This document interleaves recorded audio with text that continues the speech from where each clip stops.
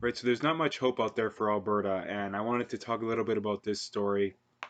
It's put out on December 28th by the Calgary Herald, and it's titled "Kenny Sees No Change in Fiscal or Fair Deal Plans in 2020." Now, this is very disappointing for, I mean, all of Canada, but specifically Alberta. And like I've said in videos before, I mean, I think this just reinforces my initial thoughts that the federal government views Alberta as not having the balls to at least have a vote on a possible Wexit, uh, leaving Canada basically. And they're not going to change their minds on any of this kind of stuff. Now, Jason Kenney has said he doesn't want a Wexit. He doesn't want to go there. Every time he's been asked, he either brushes it off or says, he doesn't want to go there. And I mean, personally, I completely disagree with him. I do appreciate that he's fighting to get Alberta a more fair deal. Now, I don't even think the deal that, at least from what I've heard, what he wants is quote unquote fair. I mean, it's fairer, a lot fairer than what we're currently getting, but in my mind, we should get to keep all that money. There should be either we should be getting all that money that we were putting in for all those years back now that we're struggling, and we as in Alberta, or we should stop paying equalization. Like it makes absolutely no sense to me. And what is like what I mean when it comes to at least this, the federal government has no leverage over Alberta. Like what leverage do they have? We just keep our money, and if they decide to start cutting stuff off, okay, well then every Albertan that disagrees with the liberals or the federal government, which is probably well into the hundreds of thousands, stop paying your federal income taxes. Now, I'm not saying people should do this. I'm just saying that if it came to the the pass that we can't get a fair deal, and let's say we cut off our equalization and the money that the provincial government gives the federal government, and the federal government calls their bluff, well then the citizens of Alberta would stop paying their federal income taxes. Now that's, I mean, the chances of this happening are very low, so I don't think anyone should be too shocked by that. But if that came to pass, like they can't lock that many people up. But number one, that would completely destroy the Alberta economy, like completely. And not only that, it would probably cause a pretty major recession throughout Canada because you can't you can't throw probably a quarter million, half a million people. I don't know how many people would be in jail. Like you can't do that. So that would be kind of what I would say is what people should do if they can't get a more fair deal. And the one thing that I would point out to the people who are shocked and appalled by a statement like that is that we've been getting screwed over for so long, and it boggles my mind. I mean, you look at his Twitter comments, for example, when he posts about this kind of stuff, and it's people that are defending the federal government. Like it's like I just think like you could put these people's picture next to Stockholm syndrome in the dictionary. Like Alberta is getting absolutely raked over the coals. One of the most unfair deals, by far the most unfair deal, and no one cares. Not only that, you have these people from Alberta that are defending it. Like, how stupid do you have to be? Like, all these people in Alberta, the same people that think that Alberta isn't getting screwed over, which objectively they are. You can't argue that. We're losing 22, 23 billion a year from equalization, or that we're generating in GDP that we're not getting back, that we could be using for ourselves.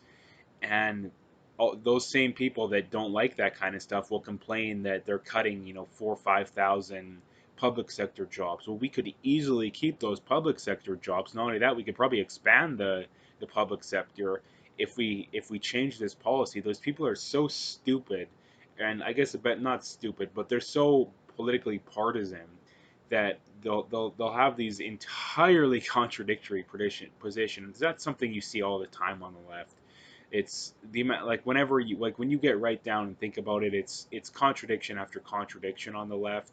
Now, having the I mean the idea of a government to begin with is a contradiction, and having a massive big giant government is even bigger of a contradiction.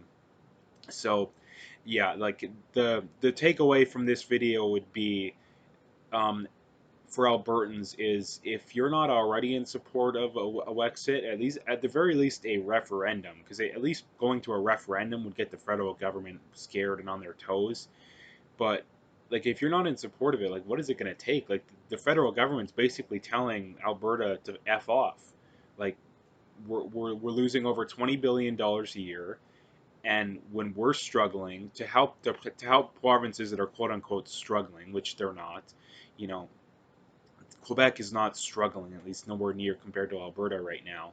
And yet, when we're struggling, we don't get any help. So, like I say, like, what would it take for you guys? Like, seriously, like, how asleep can you possibly be? Now, I know most of the people that are watching this video probably agree with me. So, I mean, there's probably not very many, if any, of those people.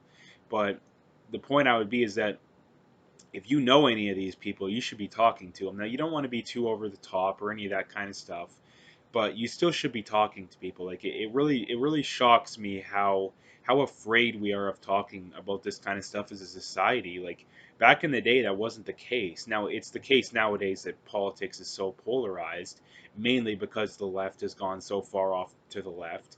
And the people that say, well, like I said, it seems like a million times, well, the right's gone so far to the right. No, that's not true. The right's actually came a little bit to the left over the last decade or so.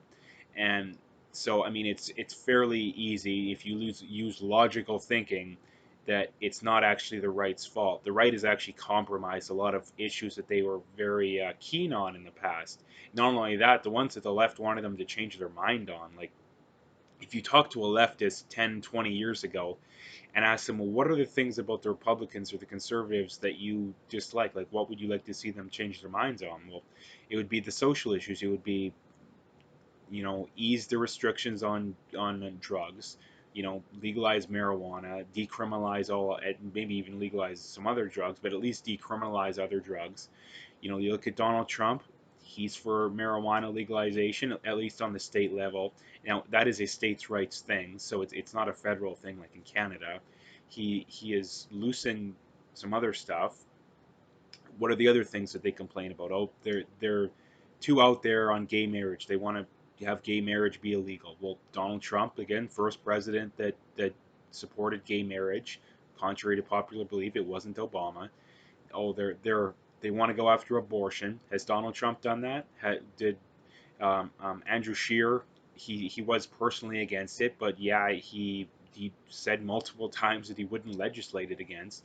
So the stuff that the left was so critical of the conservatives and the Republicans, they've changed their minds on. They've compromised, and yet they get no credit. The left still thinks that they're crazier than ever, and the biggest criticism of the left was always, well, they're fiscally they're too out there.